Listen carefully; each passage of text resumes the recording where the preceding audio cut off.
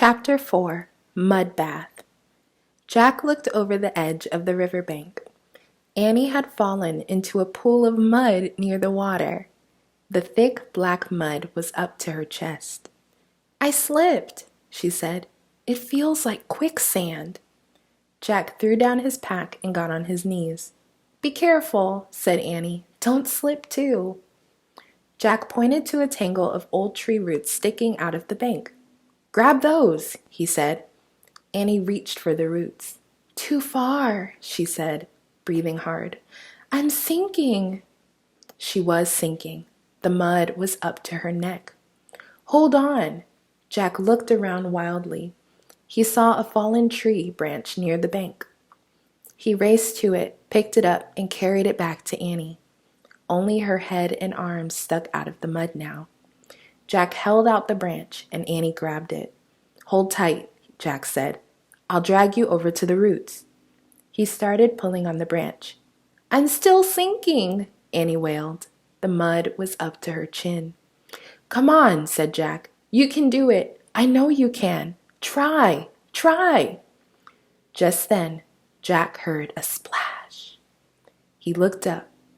On the other side of the river, a wildebeest had jumped into the water. Another jumped, then another. They were headed right towards Annie. "Hold on tight," said Jack. He pulled on the stick again. Annie moved a tiny bit. "Hey, Jack, on the moon, it felt like I weighed 10 pounds, said Annie. "And in this mud, it feels like I weigh a ton." "Concentrate, Annie," said Jack, trying not to slip down the bank. "I am." The lead wildebeests were halfway across, swimming toward them. Many more wildebeests were jumping into the water.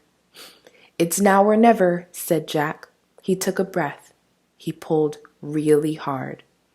Just then, a shadow passed over them. Jack looked up. "Uh-oh," he said. A huge vulture circled overhead. "It thinks you're near the end," said Jack. "Oh, get out of here," Annie shouted at the vulture. "I'm fine." In a burst of fury, she let go of the branch. She lunged for the roots. She grabbed them. "Yes," Jack cried. "Pull, pull." Slowly, Annie pulled herself out. She was covered with the black mud from head to toe. Jack helped her onto the bank, getting mud all over himself. "See?" Annie shook her fists at the vultures. "I'm fine. Now beat it." But the giant, ugly bird still circled. "Come on, let's get away from him," said Jack. He pushed his glasses into place.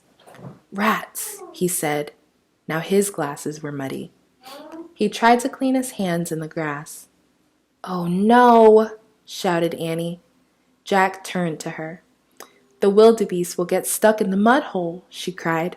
She waved her arms at the wildebeest struggling to swim across the river. "Not here," she shouted. "Not here!" But the frantic swimmers kept coming.